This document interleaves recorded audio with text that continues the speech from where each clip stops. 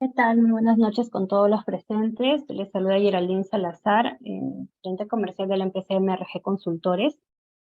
El día de hoy vamos a presentar el webinar Gestión de Deudas Personales con nuestro ponente invitado, el ingeniero Ricardo Asmat, CEO de Targos Perú S.A.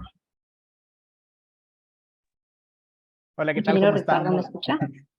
Sí, ¿qué tal? ¿Cómo estás, Geraldine? Muchas gracias por la presentación y muchas gracias también por la oportunidad y la invitación de poder participar dentro de estos webinars que MRG Consultores organizan. Me parece súper genial. Bueno, voy a empezar directamente. Le aprovecho para presentarme ante todos. Mi nombre es Ricardo Asmat, soy gerente de la empresa Targox Perú y en Targox Perú nosotros nos encargamos pues de brindar diferentes herramientas tecnológicas en pro de apoyar a las empresas en su diferente crecimiento. Y hoy día tengo el gusto de poder compartir con ustedes cómo se trabaja acerca de las gestiones de deudas personales, dirigido lógicamente a profesionales, a personas que estamos ya buscando de una u otra manera generar un impacto en la sociedad a través de nuestras diferentes organizaciones. ¿Ok? Entonces, algo que les quiero comentar y con el punto de partida es el tema de las deudas. Las deudas es lo que el día de hoy pues nos está trayendo y nos está convocando, saber cómo gestionarlas adecuadamente, ¿no? Por ahí de repente tenemos ciertos conceptos, si es que la deuda es buena, si es que la deuda es mala, pero hay algo que tener en cuenta, que la deuda o la capacidad de endeudamiento viene a ser simplemente una herramienta que va a depender absolutamente de cada uno de nosotros, de cómo la podemos gestionar y utilizar, ya sea a nuestro favor o ya sea de repente no de una forma adecuada que pueda generarnos un cierto momento de dificultad o, por qué no, de estrés financiero. Entonces, hay algo que les quiero comentar y quiero partir sobre estadísticas y diferentes estudios. Cuando estuve buscando cómo poder plasmarle la verdadera importancia de esto, siempre me gusta agenciarme diferentes estudios y hay algo que es muy importante. Cada año, las finanzas personales se presentan como una de las principales causas de estrés en los empleados en toda América. Entonces, en toda América se sufre por estrés respecto a qué? A problemas con las finanzas personales. Y les quiero comentar los diferentes resultados que se ha obtenido de un estudio que es de The Relationship Between Employees, Financial Stress and the Job Performance. Entonces, esta es la relación que existe entre el estrés financiero de los empleados y su desempeño laboral. Entonces, esto de aquí está muy entrelazado y si de repente nosotros como líderes de la organización o como de repente también gestores de ciertas áreas dentro de la organización, tenemos que entender que el estrés financiero puede repercutir directamente en la capacidad que tienen nuestros colaboradores de aportar valor en nuestras organizaciones. Entonces, hay algunos puntos que les quiero comentar de cómo es que esto puede impactar. Uno de ellos es el estrés financiero. Un empleado puede sufrir o experimentar un alto nivel de estrés debido a las dificultades que tiene para poder pagar o afrontar ciertas deudas o problemas económicos. Este estrés financiero que puede hacer puede afectar lógicamente negativamente no solamente a su rendimiento, sino a su bienestar emocional y mental. Y lógicamente, pues esto lo refleja dentro de la propia organización. Otro de los problemas que existen en este tema de las deudas que pueden presentar nuestros colaboradores o nosotros también, porque somos parte de una organización, es la distracción y la falta de concentración, ¿no? La preocupación constante por el tema de las deudas y dificultades financieras pueden distraer a los empleados durante su jornada laboral. La falta de concentración puede llevar, lógicamente, a una disminución de la calidad de trabajo, errores frecuentes o la falta de atención a las tareas asignadas. Eso es muy importante tener en cuenta, que es otra de las consecuencias que tiene el que nuestros colaboradores de repente no puedan gestionar adecuadamente sus deudas o que no tengan los puntos recurrentes o los puntos de partida para poder hacerlo. De ahí viene otro punto muy importante que es el ausentismo laboral, ¿no? Un empleado con una mala gestión en las deudas personales puede afrontar problemas económicos graves como dificultades para cubrir lógicamente sus gastos básicos o afrontar emergencias financieras. ¿Esto qué va a hacer? Va a incrementar el nivel de ausentismo laboral, ya sea de repente por la necesidad de un ingreso adicional o la incapacidad de hacer frente a sus responsabilidades laborales debido a sus problemas financieros. Entonces, si es que nuestro empleado, nuestro colaborador o nosotros mismos estamos frente a deudas que no podemos manejar, el ausentismo laboral es algo que puede incrementarse y ya vamos a ver de forma numérica cómo estos diferentes factores o diferentes consecuencias que les estoy comentando se ven ya después de realizar un estudio y de forma numérica. La rotación laboral también es algo muy propenso, o una de las consecuencias, que es la carga financiera y el estrés asociado puede hacer que el empleado busque oportunidades laborales de repente, que busque oportunidades que tengan quizás una mejor remuneración para hacer frente a sus deudas, ¿ok? No necesariamente se garantiza que lo pueda conseguir, pero constantemente está pensando en de repente otras oportunidades y podemos perder al talento que tenemos dentro de nuestra organización. La mala gestión de las deudas puede, ¿qué cosa? Generar inestabilidad financiera y un deseo de encontrar empleos que ofrezcan una mejor estabilidad económica, lo que resulta en una mayor rotación de personal, ¿no? Y ya sabemos nosotros que la rotación de personal afecta directamente a nuestros costos, no solamente por el tema de las planillas y todo ello, sino también en el tema de la inducción, la curva de aprendizaje que pueden tener los diferentes colaboradores dentro de nuestra organización para conocer los procesos que manejamos. Otro es el impacto en la moral y motivación. Ya saben que la falta de control va a poder generar que pues estas personas no se sientan contentas, no se sientan tranquilas, va a tener una sensación de estar atrapado en una situación financiera pues difícil y complicada de poder salir, y lógicamente esto lleva a sentimientos de frustración, sentimientos de desesperanza, posiblemente insatisfacción en general, que puede afectar directamente con el compromiso y el entusiasmo que tiene en el trabajo. Entonces, si bien es cierto, estos son algunos de los tantos efectos negativos que puede tener el estrés financiero, vamos a ver de parte de la forma numérica, y es algunos datos que se los quería comentar para que ustedes los puedan tener claro. ¿Ok? Quiero comentarles algunas estadísticas de un estudio realizado en Estados Unidos. Me interesa mucho que ustedes puedan tenerlo ahí, así es que se los voy a comentar ahora en este momento para que también podamos tener esa data. ¿Ok?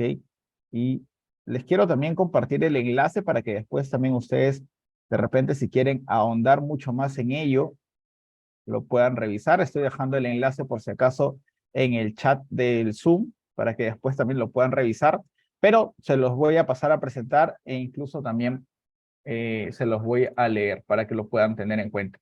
Entonces, este es un estudio realizado en Estados Unidos y justo es de los últimos que pude encontrar y son previos a la pandemia. Incluso tengamos en cuenta eso, ¿no? Que son previos a la pandemia y sabemos que la pandemia pues ha agravado en gran medida el impacto que pueden tener. Mira, los trabajadores en Estados Unidos, casi el 50% de los empleados sufren de estrés financiero. Punto muy importante. Más de la mitad o casi la mitad de estos sufren de estrés financiero. ¿Qué genera el estrés financiero según los diferentes estudios que se han realizado? 8 veces más probabilidades de tener noches de insomnio. Si no están bien descansados, afecta. 4 veces más probabilidades de sufrir de depresión. Casi 6 veces más probabilidades de no terminar las tareas diarias. Casi 5 veces más de probabilidades de tener un trabajo de menor calidad. Y casi 4.5 veces de ser más propensos a tener malas relaciones con los compañeros e incluso ansiedad y ataque de pánico. Entonces, esto de todas maneras es algo a lo que le deberíamos prestar atención y justo es parte de lo que yo quiero compartirles. Ya creo que hemos puesto sobre la mesa cómo es que esto nos puede repercutir de forma negativa y ahora hay que entender que sí tenemos ciertas salidas y parte de eso es aprender a hacer ciertas negociaciones con las entidades financieras. Entonces voy a pasar a compartirles y a comentarles un poquito sobre esto. Hay algunos puntos que quiero que tengamos en clave sobre el tema de la gestión de las deudas. Entonces la gestión de las deudas tiene 3 puntos que podemos tomar en cuenta y que nos van a permitir tomar acción de manera mucho más efectiva y rápida. Aquí la idea es compartir no solamente teoría, no solamente estadísticas, sino temas de acción rápida que ustedes pueden ejecutar, ya sea de forma personal o comunicar a sus colaboradores con la finalidad, pues, de luchar o batallar contra este estrés que puede generar el tema de estar endeudado o no de haber podido gestionar adecuadamente un préstamo o una deuda en general. Entonces, hay 3 puntos clave, que es uno es el presupuesto y el ahorro, otro es el tema de enfocarnos en diferentes estrategias para reducir la deuda y otro es el uso correcto que se pueden dar a través de las tarjetas de crédito. Entonces voy a empezar a desglosar cada uno de estos puntos para que ustedes puedan tener una noción mucho más clara de lo que yo quiero comunicarles en este momento. El tema del presupuesto, nosotros sabemos como empresarios es lo siguiente: lo que no se mide no se llega a controlar, lo que no se llega a medir no se llega a controlar. Nosotros constantemente estamos buscando tener diferentes indicadores, diferentes KPIs, cumplir con nuestros OKRs para saber exactamente si estamos o no logrando el servicio que buscamos, el servicio o el producto que estamos buscando compartir o entregar. Entonces, igual, un gran punto de partida para poder luchar y sobre todo tener una correcta gestión de deudas es enseñarle a nuestros colaboradores el tema de un presupuesto, el tema de entender que esto es la pieza fundamental y el punto de partida para que ellos puedan llevar un mejor control sobre sus finanzas y un mejor control sobre sus deudas. El segundo punto que les quiero convertir respecto al presupuesto es esto: Yo sé que todos los presentes aquí conocemos la ley de Pareto, ¿no? El 80% de las consecuencias provienen del 20% de las causas. Pues en temas de finanzas personales también existe un Pareto, y es el Pareto del presupuesto. El presupuesto probablemente nos tome, en cuanto a finanzas personales, nos tome hacerlo pues unas 3 horas, 4 horas, y eso es quizás menos, porque cuando la primera vez quizás nos tome ese tiempo, pero las siguientes ya el tiempo es mucho menor. Entonces, al parecer tan sencillo, podemos subestimarlo, pero aquí es donde se aplica la ley de Pareto. El 20% del esfuerzo que representa hacer un presupuesto puede garantizarnos el 80% de los resultados respecto a un correcto control de nuestras finanzas. Entonces, qué importante es que nosotros podamos tener una estructura de cómo manejar nuestros ingresos, nuestros gastos, entender cuáles son los gastos que podemos de repente de una u otra manera reducir, en cuáles podemos enfocarnos para obtener mejores resultados y sobre todo conocer cuál es nuestro nivel de ahorro, si es que existe al final de mes, o si de repente por ahí tenemos que hacer ciertos ajustes, ¿no? Y ahí viene el hecho de poder identificar ciertas categorías de gastos, una de ellas que es muy atractiva y sobre todo muy importante de entender, que viene a ser nuestros gastos hormiga. Los gastos hormiga son aquellos pequeños gastos que nosotros solemos subestimar, pero que al recurrir con tanta frecuencia, pues nos pueden afectar de forma significativa. Es lo mismo que de repente dentro del área logística tenemos los famosos robos hormiga, ¿no es cierto? Que por ahí ya se empieza a perder algo del almacén y esto es constante, entonces puede repercutir significativamente. Lo mismo, el tema de las finanzas, tanto personales como empresariales, van muy ligadas y es parte de poder identificar. Entonces, como un primer punto para poder tener una gestión efectiva de las deudas es el tema de tener claro que el presupuesto es la pieza fundamental, que lo que no se mide no se controla y que viene a ser nuestro Pareto para poder obtener éxito en el tema de una gestión de deudas. El segundo punto viene a ser las diferentes estrategias que existen para poder lograr ¿qué cosa? Lograr una reducción en nuestras deudas. ¿Se puede reducir las deudas? Claro que sí, y se pueden aplicar diferentes estrategias. Hoy día les quiero comentar acerca de tres estrategias que se pueden aplicar de forma rápida siempre y cuando hayamos cuidado nuestro historial crediticio. Entonces, aquí es donde se empieza a establecer diferentes factores. Si tú tienes un buen historial crediticio, puedes acceder a cualquiera de estas tres que yo te voy a pasar a detallar, que les voy a comentar un poquito acerca de cada una de ellas y sobre todo cómo se pueden aplicar de forma bastante rápida y bastante efectiva. Algo también a tener en cuenta es que si no se tiene un historial crediticio saludable o un historial crediticio que nos pueda permitir tener una mayor palanca o un mayor poder de negociación frente a las entidades financieras, pues ese va a ser el primer punto de partida en el cual se va a trabajar, en afinar y mejorar ese historial crediticio a través también de diferentes estrategias. Entonces, el primer punto respecto a la reducción de deudas viene a ser el tema de la compra de deuda. ¿Cómo se trabaja el tema de la compra de deuda? Pues si yo, por ejemplo, tengo una deuda en el Banco 1, digamos a una tasa del 30%, lo que yo hago es solicitar mi cronograma de pagos.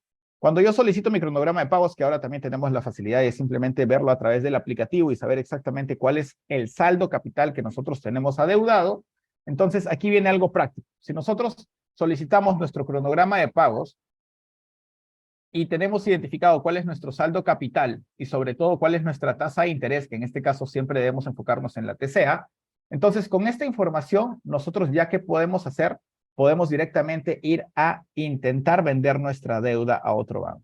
Supongamos que para este ejemplo que les estoy colocando acá, tengo yo un préstamo de 50,000 soles, vamos a poner 50,000 soles, ¿sí? A una tasa del 30%. ¿Ok? Tengo un saldo capital de 50,000 soles a una tasa del 30%. ¿Qué es lo que yo voy a hacer? ¿O qué significa compra de deuda? Simplemente ir a ofrecer a que otra entidad financiera me pueda prestar el mismo monto, pero lógicamente a una tasa inferior. Entonces yo voy y le digo, oye, tengo este cronograma de pagos, estoy trabajando con el banco número 1, ¿ok? Tengo un saldo capital que le debo de 50,000 soles y está a una tasa del 30%. Tú me puedes comprar la deuda. ¿Qué es lo que hacen las otras entidades financieras?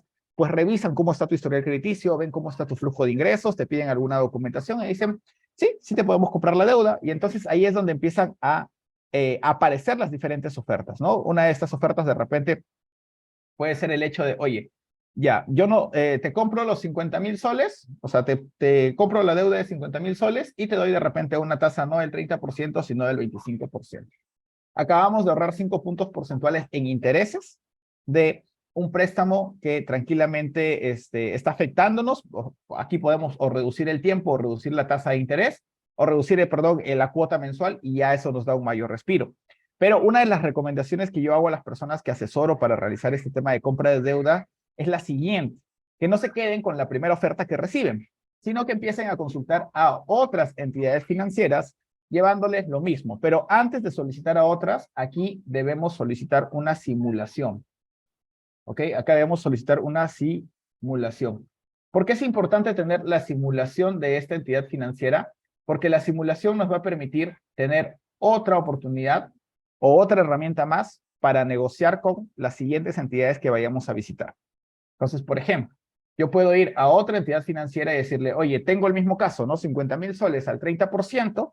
Perfecto, me pueden ofrecer lo mismo que el banco número 2. Ya saben que el primer ejemplo fue el banco 1, donde yo tengo actualmente mi crédito, visité al banco 2, ahora voy a visitar al banco 3. El banco 3 me dice, oye, Ricardo, yo te compro la deuda de 50,000, pero también te ofrezco el 25%. Entonces, ahí es donde tú sacas la simulación del banco 2 y le dices, oye, el otro banco también me está ofreciendo lo mismo. Y empezamos a aplicar el principio de competencia. Haces que las diferentes entidades financieras, de acuerdo a tu score crediticio y de acuerdo a qué tan atractivo seas tú como cliente, pueda ofrecerte ya no el 25% de repente, sino el 22%. Y así vas a solicitar nuevamente la simulación y vas a hacer que todos los bancos compitan por ti hasta que tú obtengas la mejor tasa de interés. Esta compra de deuda, si es un crédito personal o si es un crédito vehicular, ¿cuánto tiempo te toma? 2 mañanas. 2 mañanas en las cuales puedes visitar a 4 o 5 entidades financieras, y a partir de eso, ¿qué? Puedes tener la oportunidad de obtener tasas de intereses mucho más bajas con una estrategia que es bastante práctica de aplicar, y sobre todo que las diferentes entidades financieras están buscando poder obtener o contactar con las personas que tienen un buen historial crediticio. El segundo punto para una reducción de deudas viene a ser el tema de préstamos con porcentajes más económicos.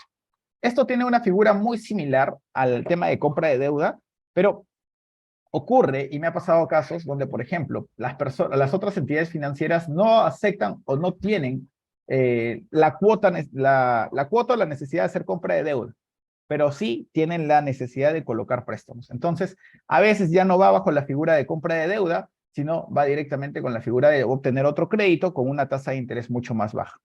Dicho de otra forma, es como si yo me voy a una entidad financiera, ¿ok? Y tengo una deuda, por ejemplo, tengo un préstamo de 30,000 soles, ¿sí? A una tasa del 38%. Es una tasa que usualmente suelen dar. ¿Ok? Pero entonces yo voy a solicitar otro préstamo, y acá es algo muy importante, no necesita ser un monto total, sino también puede ser un monto parcial. Por eso esa es la principal distinción. Entonces yo de repente no necesariamente tengo que conseguir 30,000 soles, pero sí puedo conseguir quizás 10,000 soles o 15,000 soles a una tasa de repente del 24%. Entonces, ¿qué es lo que se hace en estos casos? ¿Qué es lo que, aquí me comí un cero? ¿Qué es lo que se hace en estos casos? Tú sacas un préstamo con un porcentaje mucho más económico con la finalidad de ¿qué? Con la finalidad de con este préstamo cancelar o abonar a este otro. ¿Sí? Porque ya no tendríamos entonces una deuda de 30,000 al 38%, sino tendríamos ¿qué cosa? Una deuda de 15,000 al 20% y una deuda de 15,000 al 38%. Hemos reducido porcentajes, sí, si le sacamos ahí un promedio aritmético bastante práctico, la tasa de interés se ha visto reducida, ¿no? Sacamos simplemente 38 más 24 y lo dividimos entre 2 y tenemos la nueva tasa de interés que sobre los 30,000 soles. Entonces, es una manera también de poder tener resultados bastante rápidos y bastante prácticos. ¿Sí? No necesariamente tiene que ser el 100%, pero sí puede ser una parte del monto prestado. Entonces, eso es respecto a los préstamos con porcentajes más económicos, es algo que sí se puede dar. Y también otra estrategia es el tema de la consolidación de deudas. El tema de la consolidación de deudas viene a ser cuando tú tienes deudas en diferentes entidades financieras. Viene a ser, por ejemplo, tienes deuda en el banco 1, en el banco 2, y el banco 3 dice, oye, tráeme todas tus deudas, y acá todas las volvemos un solo paquete, y es como si te hiciera un préstamo, donde tienes que pagar de repente una sola cuota. Algo muy importante en el tema de las consolidaciones de deudas es que tenemos que tener muy claro cómo es nuestro flujo de caja. Nuestro flujo de caja nos va a permitir saber si es que yo, al tener 3 deudas diferentes, tengo que hacer pequeños pagos en diferentes momentos del mes, o si de repente me conviene consolidar todos en una sola deuda porque realizo un solo pago en el mes y me mantengo ya tranquilo durante el otro periodo de tiempo para poder estar enfocado en otras actividades que me puedan generar diferentes rentabilidades. Entonces, el tema de la consolidación de deuda es bastante interesante. Y respecto al tercer punto que les había mencionado, porque este es de todo lo que vendría a ser la reducción de deudas, vamos a conversar un poquito sobre el uso correcto de las tarjetas de crédito. Las tarjetas de crédito vienen a ser una herramienta súper potente, no solamente para nosotros, sino también para nuestros colaboradores, pero hay que aprovecharlas o hay que sacarles un provecho para sacarles un provecho, tenemos que utilizarlos de forma correcta. Entonces, para utilizarlo de forma correcta, tenemos que conocer estos 3 puntos como mínimo, que es la fecha de corte, la fecha de pago y la exoneración de la membresía. Respecto a la fecha de corte, nosotros ya sabemos que las tarjetas de crédito, y esto es importante también mencionarlo, las tarjetas de crédito se trabajan en una línea de tiempo, ¿no es cierto? Tienen un periodo, ¿ok? El que se le conoce como el periodo o ciclo de facturas o ciclo de facturación. Si viene a ser todo este tiempo, es el ciclo de facturación. Y de ahí tenemos otro periodo que vendría a ser nuestro periodo de gracia, donde tenemos nuestra fecha de pago. Entonces aquí tenemos la famosa fecha de corte. Y aquí tenemos, voy a eliminar este aquí, y digo, fecha de corte.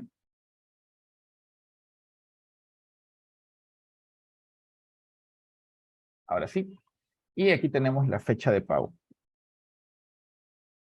Entonces, todos los consumos que nosotros realicemos en este periodo de tiempo, todos los consumos que nosotros realicemos en este periodo de tiempo, recién los vamos a tener que cancelar antes de esta fecha de pago. Por ejemplo, nuestra fecha de corte pueden ser todos los 10 de cada mes y nuestras fechas de pago, por ejemplo, el 10 de este mes, que vendría a ser el 10 del 5, y nuestras fechas de pago tranquilamente podrían ser los 26 del 6. Entonces, prácticamente tenemos tiempo y crédito, pero lo bueno de usar las tarjetas de crédito, pues, es que no nos cobran intereses, no nos cobran un interés por haber utilizado el dinero, por poner el crédito prácticamente corriendo por hasta 54 días. Entonces, esa es parte de las ventajas de poder utilizarlo adecuadamente. Tenemos lo que es fecha de corte, tenemos lo que es fecha de pago. ¿Y por qué es importante conocer esto? Porque si no entendemos cuándo nosotros podemos realizar los consumos y sobre todo hasta cuándo tenemos para poder cancelarlos, pues es muy complicado que le saquemos el provecho a esta herramienta. Porque a veces de repente se nos ocurre comprar el 9 y ya tenemos que devolver o ya nos están facturando esta compra muy cerca. Entonces, si de repente necesitamos realizar alguna compra grande, alguna compra que implique o que nosotros busquemos tener un mayor oxígeno para poder pagarla, pues la mejor fecha sería cuando inicia tu ciclo de facturación, ¿no? Cuando inicia nuestro ciclo de facturación para poder tener un mayor oxígeno, sobre todo un mayor tiempo hasta nuestra fecha de pago. Entonces, el uso de las tarjetas de crédito es algo bastante importante, algo que nos puede dar de una u otra manera una mayor practicidad y sobre todo también tiene ciertas prácticas que nosotros tenemos que tener en cuenta. Parte de estas buenas prácticas viene a ser el hecho de comprar todo directamente a una sola cuota, el tema de pagar antes de nuestra fecha de pago y lógicamente conocer este punto, ¿no? Que es la exoneración de la membresía y sobre todo el tema del cuidado respecto a las diferentes estafas o diferentes problemas que podrían ocurrir. Siempre hay que tener mucho cuidado dónde dejamos la tarjeta. Ya sabemos que en algunos casos las tarjetas de crédito simplemente con una foto por delante y por detrás ya pueden ser utilizadas por terceras personas, ¿ok? Y que nosotros podemos agregarle diferentes temas de seguridad. Diferentes temas de seguridad, como por ejemplo el hecho de que le hagamos una verificación en 2 pasos, de que tenga que llegarnos un código a nuestro correo electrónico, o de repente que nos tenga que llegar un código por mensaje de texto, pero eso es súper necesario para mantenernos siempre protegidos y resguardados. Entonces, respecto al uso de las tarjetas de crédito, respecto al tema de la reducción de deudas, no sé si por ahí tienen alguna consulta antes de pasar a explicarles la última parte. Alguien de repente, hay algo que quizás deseen que ahonde un poquito más, sino también yo quisiera comentarles otros puntos también que son importantes y que he preparado para conversar.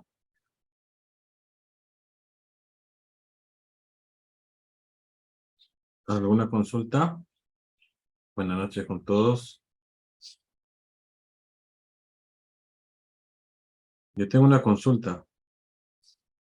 Ricardo, Adelante, Manuel, te escucho. podría hacer, esta pregunta es, ¿has evaluado qué bancos son mejores que otros?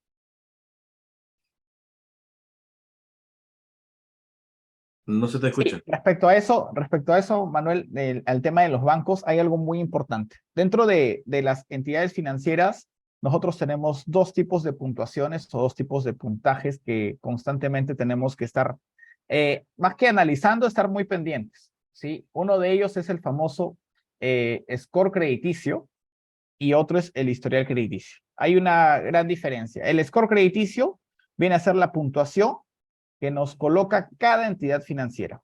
O sea, por ejemplo, yo puedo tener un score crediticio en el BCP, otro en Interbank, otro en el BBVA y así en todas las entidades financieras. ¿De qué depende ese puntaje? Depende de cuántos productos financieros haya utilizado dentro de dicha entidad. Por ejemplo, si tengo tarjetas de débito, tarjetas de crédito, si alguna vez he sacado préstamos personales, si por ahí de repente tengo algún seguro, algún préstamo vehicular o hipotecario, si de repente estoy invirtiendo en fondos mutuos o en algún otro tipo de inversión que ellos realicen. Entonces, eso, cada uno de esos activos o cada una de esas interacciones que yo tengo con cada una de las entidades, suma puntos. Es como su programa de fidelización. Entonces, el score crediticio va a depender de cada una de las entidades financieras. La diferencia con el historial crediticio que es transversal.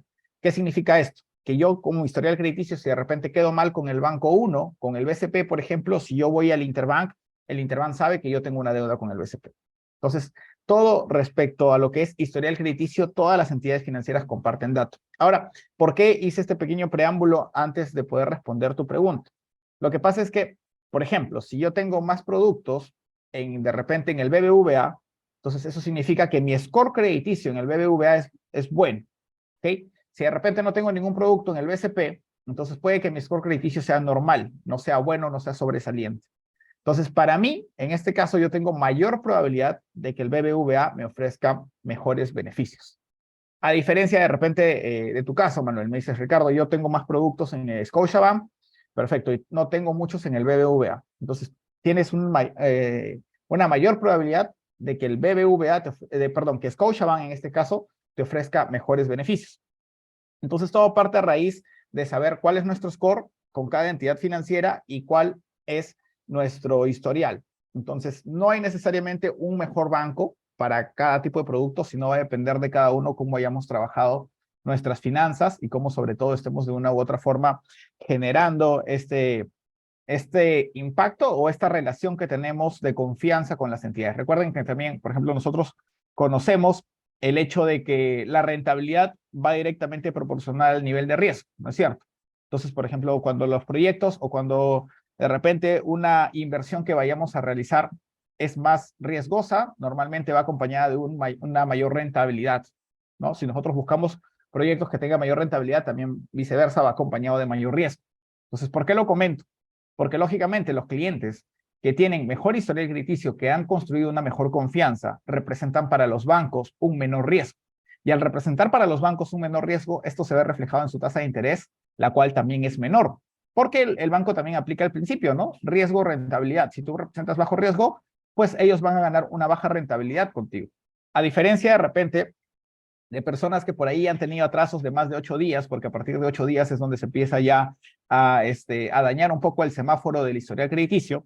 Entonces, si han tenido atrasos, si de repente por ahí se atrasaron un mes, al otro mes regularizaron, eso que repercute en la calidad o la valorización que las entidades financieras te hagan respecto a qué tan buen pagador eres. Entonces, si afecta eso, pues lógicamente la tasa de interés es probable que sea mayor o la tasa de interés que ellos te cobren sea mayor porque estás representando un riesgo un poco más alto. Entonces, eso es algo que debemos cuidar siempre, sobre todo poner de repente recordatorios. Nos puede pasar a cualquiera el hecho de que no necesariamente no es que no tengamos el capital para poder pagar, sino que de repente por ahí se nos fue la fecha o de repente no le pusimos un recordatorio y por ahí no lo pagamos y ya nos pasamos 2, 3 días o incluso más. Entonces es muy importante también siempre cuidar y salvaguardar tanto nuestro historial como nuestro score crediticio.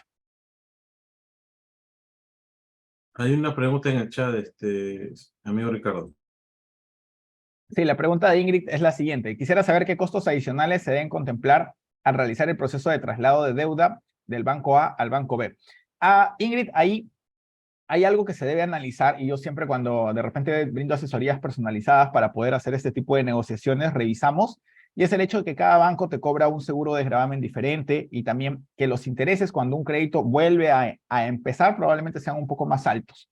Pero el principal indicador que debemos revisar y sobre todo también tener a la mano es la TCEA, la tasa de costo efectiva anual, que si bien es cierto, es un porcentaje que ya representa o incluye todos los costos en los que estamos incurriendo a la hora de realizar de repente este proceso de compra de deuda. Entonces, si nosotros revisamos la TCEA, no va a haber mayor inconveniente siempre y cuando sea un préstamo personal.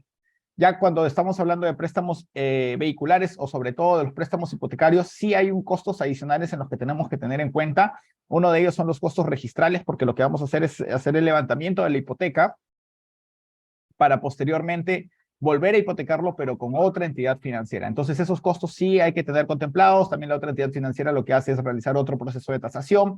Entonces, ahí hay sí costos adicionales, pero algo muy importante a tener en cuenta es que si, por ejemplo, estás haciendo una compra o una venta de deuda a otra entidad financiera para un crédito hipotecario y todavía de repente vas por el segundo o tercer año y de repente tienes pues todavía como saldo capital, no sé, 250,000 soles, 300,000 o 400,000 soles, que reduzcas un 1% a través del tiempo, estamos hablando de miles y miles de soles que te puedes ahorrar a pesar de haber incurrido en este momento de forma inicial con estos gastos notariales. Entonces, la compra de deuda yo la recomiendo y sobre todo una forma muy práctica de poder saber cuánto dinero estás ahorrando, porque eso es lo que también me gusta a la hora de poder acompañar en estos procesos, es que las personas de manera muy directa pueden saber exactamente cuánto están ahorrando. ¿Por qué? A la hora de nosotros solicitar nuestro cronograma de pagos, ahí hacen un corte de las cuotas que nosotros ya hemos pagado con respecto a las cuotas que todavía nos faltan pagar. Entonces, respecto a las cuotas que nos faltan pagar, al final de ese cronograma de pagos te sale, oye, por si acaso esta deuda está valorizada con todo intereses, por decir en 400,000 soles. Perfecto. Entonces, yo ya sé que si mantengo mi deuda en esta entidad financiera, yo voy a pagar 400,000 soles. ¿Qué pasa cuando empezamos a buscar otras tasas de interés en otras entidades financieras? Pues lo que pasa es que también cuando nos entregan nuestro cronograma o nuestra simulación de cronograma de pagos, abajo también te sale, oye, son tantas cuotas, tanto es el interés, tantos son los valores, y al final por todo este crédito, pues vas a pagar no 400,000 soles, sino de repente 350,000 soles. Entonces tú sabes, o tú ya tienes la estimación muy clara. En este banco estoy por pagar, si sigo y me mantengo acá, voy a pagar 400,000.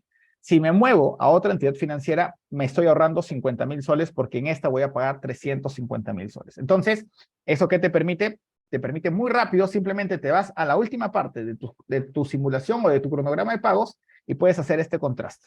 Entonces, algo también muy importante es que hay que perderle el miedo de repente a buscar o a realizar este tema de compra de deuda. ¿Por qué? Porque en realidad no es complicado y las entidades financieras lo que están haciendo es buscar captar nuevos clientes. Ya saben, todos los asesores, al igual que nosotros dentro de nuestras organizaciones, tenemos diferentes metas. Cada asesor bancario, cada asesor, cada persona que está ahí, que te apoya, que tiene banca de empresas, banca de negocios o banca personas, están buscando llegar a una cuota de colocación de créditos. Entonces, a ellos les interesa traer y sobre todo también a ellos les evalúan diferentes indicadores. Parte de esos indicadores es, por ejemplo, qué tan buen historial crediticio tienen la cartera de clientes o qué tan saludable es su cartera de clientes. Entonces, por ejemplo, ellos se encargan de realizar todo el proceso. Incluso, por ejemplo, si estoy realizando la compra de deuda del banco 1 o el banco 2, pues el banco 2 se encarga de pagarle directamente al banco 1. Entonces, ellos se encargan de hacer el pago, de hacer todos los trámites y lo que queda, pues, al final es que yo, a partir del siguiente mes o de la fecha pactada, yo empiece a abonarle ya no al banco 1, sino al banco 2 de manera mensual. Entonces, esos son los puntos que deberíamos tener en consideración. Sobre todo, como les digo, es muy práctico ir al resumen de tu cronograma de pagos y enfocarte en revisar la parte inferior para que tú puedas saber exactamente cuánto es el ahorro que estás obteniendo. Por ahí Ronald consulta y dice, ¿es más beneficioso amortizar al capital para reducir el tiempo o reducir el monto? Si voy por la mitad del tiempo del total de un crédito hipotecario. Muy buena consulta, Ronald. Hay algo muy importante. Dentro de las partes de un crédito tenemos tres. Tenemos el capital, el tiempo y la tasa de interés. ¿Okay? Estos tres, porque yo solamente digo que estos tres son parte de un crédito, porque de estos tres depende cuál es la cuota mensual que nosotros vayamos a tener. No al revés. Entonces, cada vez que queremos analizar un crédito o cada vez que tenemos que analizar una deuda, tenemos que enfocarnos en el capital o el saldo capital, la tasa de interés y sobre todo el tiempo. Entonces, aquí, por ejemplo, cada vez que nosotros tenemos la oportunidad de hacer una amortización a capital, Amortización a capital significa, oye, yo todavía de mi crédito hipotecario debo 250,000 soles, me faltan 10 años, y ahorita de repente vendí mi carro y tengo estos 9,000, 10,000 dólares que puedo pagar directamente. Entonces yo tengo dos alternativas. O pago directamente a capital, y qué es lo lógico, o adelanto cuotas. Ojo con estas dos frases. Pago directo a capital o adelanto de cuotas. El pago directo a capital te permite ahorrar intereses. El adelanto de cuotas no te beneficia en nada y al contrario te quita liquidez, porque estás pagando las cuotas por adelantado. Estás pagando las cuotas por adelantado, pero con la misma tasa de interés y los mismos intereses acordados previamente con el banco. Entonces, recomendación, y esto como punto de partida para la explicación a la consulta de Ronald, es siempre amortizar al capital. Cuando tú amortizas al capital, ahí sí vas a tener una reducción, y depende del monto que amortices, una reducción de los intereses que vas a pagar a través del tiempo. Si de repente de este crédito hipotecario tus intereses sumaban pues 150,000, si haces una amortización a capital, ya estos no van a ser 150, sino de repente pueden ser 120 o 110, depende de cuánto amortices. Pero la amortización a capital, sí, eso es lo que sí apoya, directamente a pagar menos intereses. Ahora, cuando amortizas a capital te dan dos alternativas y te dicen, oye, tenemos dos alternativas. La primera alternativa es que si tu crédito era 20 años, como ahora te estamos prestando menos dinero, lo puedas pagar de repente 15 años. ¿Ok? Y la segunda alternativa es, oye, tu crédito era 20 años, como han pasado cierto tiempo y has pagado capital, lo que podemos hacer es reducirte la cuota mensual e igual seguir pagándolo a 20 años. Solamente que ya tienes el beneficio que aquí pagaste menos cuota y acá pagas en menos tiempo tu crédito. La recomendación es, si es que tú tienes la capacidad de mantener ese nivel de cuota, págalo en menos tiempo porque eso te genera un mayor ahorro de dinero. ¿Ok? Pero si de repente tú quieres estar más tranquilo cada mes, si de repente tu objetivo era amortizar al capital con la finalidad pues de que de tu sueldo, ya la cuota que es para el banco, no te coma tanto porcentaje del valor total del sueldo o el valor neto que tú recibes, entonces puedes mantener el mismo tiempo. Pero recomendación, si puedes mantener tu cuota, enfócate en eso porque al final ahí es donde estás teniendo un mayor ahorro respecto a los intereses que le puedes pagar a la entidad financiera. Por ahí, Doris también consulta a qué tiempo de inicio del crédito hipotecario es recomendable realizar prepagos. Bueno, en realidad si puedes realizar prepagos a partir del primer mes es ideal. Pero lógicamente también hay algo muy importante de entender, que si lo hiciste el primer mes significa que no fuiste con todo lo que podías para tu cuota inicial. Entonces yo sí recomiendo que, sobre todo si es compra de deuda, como para hacerles mención, en préstamos personales no lo hagan antes de los 3 o 4 meses y que lo hagan una sola vez si el crédito es no mayor a 24 meses, pero que lo hagan muy bien, o sea, que se paseen por todas las entidades financieras para poder obtener la mejor tasa de interés posible. Pero en el crédito hipotecario, como es un crédito que puede ser de 10, 15, 20, 20 hasta 25 años, entonces cada vez que puedas amortizar al capital, pues es bueno. Ahora, también dentro de los términos y condiciones de los créditos hay que entender lo siguiente, que hay ciertos créditos que te dicen, ¿sabes qué? La amortización al capital es a partir de pagar dos cuotas. Entonces, si mi cuota mensual es de 3,500 soles, por ejemplo, yo para poder amortizar al capital tengo que hacer un abono de más de 7,000 soles. Entonces, siempre es importante entender esas cláusulas porque eso nos va a permitir o nos puede ayudar o nos puede restringir a reducir los intereses que vamos a pagar a través del tiempo. Por ahí Jefferson también consulta, buenas noches, ¿en qué tiempo ya se puede empezar a negociar la deuda con un banco? Por ejemplo, si tuviera una deuda con un banco y no puedo pagarlo, ¿en cuánto tiempo debo empezar a vender esa deuda? Y yo podría negociar con otra entidad. Mira, el tema de lo que es, justo lo mencionaba, creo que me había adelantado a la consulta, justo les mencionaba, si es un crédito que de repente es de 12 o 24 meses, yo recomiendo que se haga a partir del cuarto mes, pero con la finalidad de reducir, ¿qué cosa?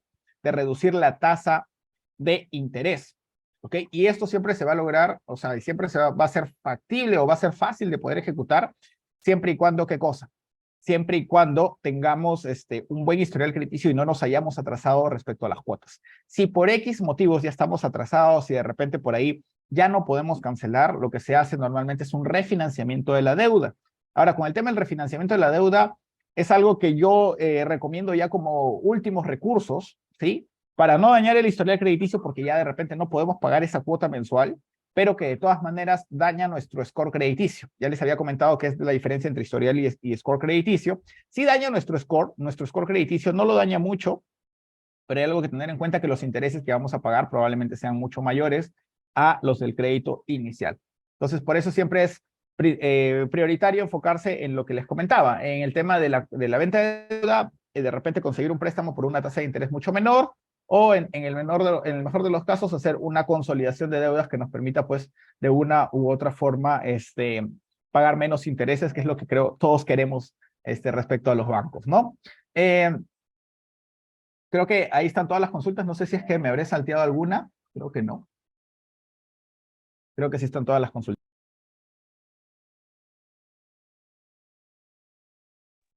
Sí, están todas. Perfecto. Entonces, yo les quería comentar esta última parte que me parece muy interesante, y es el tema de la responsabilidad social de nosotros como empresarios. Este es un tema bastante importante, justo lo estábamos conversando, de qué tan importante, sobre todo, qué tanto impacto puede generar en nuestros colaboradores. Y algo que les quería mostrar, y es algo que ya venimos haciendo también nosotros, es el hecho de ir de una u otra manera difundiendo frente a diferentes empresas información de finanzas personales que les permitan a ellos, pues, de una u otra forma, tener a sus colaboradores más tranquilos, porque sí está comprobado que el tema de tener deudas o de una mala gestión financiera no tiene mucha correlación con el nivel de ingresos que tienes. O sea, no porque ganes más vas a solucionar tus problemas financieros. O sea, puede ayudarte, claro que sí, todos queremos ganar más para poder generar una mayor tranquilidad, pero a veces los empleados o los colaboradores dentro de una organización malinterpretan esto y siempre están constantemente pidiendo incrementos, cuando en realidad en lo que deberíamos enfocarnos es en enseñarles a pescar quizás y no darles el pescado listo. Entonces les quiero comentar, justo estuvimos dictando capacitaciones al Grupo Gloria, que es dentro de sus diferentes sectores económicos que ellos trabajan, tienen el sector agroindustrial, donde tienen a muchos operarios, a muchas personas que trabajan en el campo y que de repente, pues, no han tenido la oportunidad como nosotros, o de repente como otras más personas, de poder recibir estudios universitarios que nos permitan, pues, gestionar adecuadamente nuestras finanzas, sostener la oportunidad de conocer e interpretar mucho mejor estos términos. Entonces, dentro de esto me gustó, y justo tuvimos la oportunidad de al menos grabar uno de los diferentes casos que nos comentaban respecto a estos temas, y aprovecho para compartirles antes de hacer el cierre de esta presentación. Bueno, mi estimado Ricardo, buenas tardes. Me parece que el año pasado ya nos diste una charla acerca de este tema de ahorros, ¿no? Bueno, pues un poquito para comentarte, yo lo trancé con el Credit Scotia y el Continental me compró la deuda, ¿no? De un 32% a un 17.5%, ¿no? Y bueno, agradecerte ahora que te tengo acá, ¿no? Que ahorré bastante dinero, ¿no? Entonces, ese es justo uno de los ejemplos que les quería decir respecto al tema de compra de deuda. No es tan complicado. Lo que necesitamos sí es tener un conocimiento o una noción básica de ciertos términos, de cómo poder ir a expresarnos frente a las personas. Y eso es lo que busco con las capacitaciones, ¿no? Y agradezco también al ingeniero Manuel por darme el espacio, y sobre todo también por ustedes participar de esta convocatoria, que junto a Geraldine han tenido a bien invitarme a poder participar. Y nada, estoy súper contento y espero de una u otra forma haber podido sumar en que esta información respecto a las finanzas pueda seguir creciendo, pueda seguir difundiéndose. Y si tienen alguna consulta adicional o de repente por ahí algo en los que pueda apoyarlos, encantadísimo. Como les comenté, yo soy el ingeniero Ricardo Asmat, y encantado de poder participar en este espacio junto a grandes empresarios. Así es que si quieren conectar, pueden escanear el código QR, los van a mandar a un WhatsApp donde vamos a poder interactuar mucho mejor, o si no, también ahí tienen los números o correo de contacto. Muchas gracias por la invitación, ingeniero Manuel. Gracias, amigo Ricardo, por todo lo que nos has comentado el día de hoy. Nosotros vamos a enviar este video también a los correos y tus datos para que cualquier inquietud se comunique con usted, amigo Ricardo.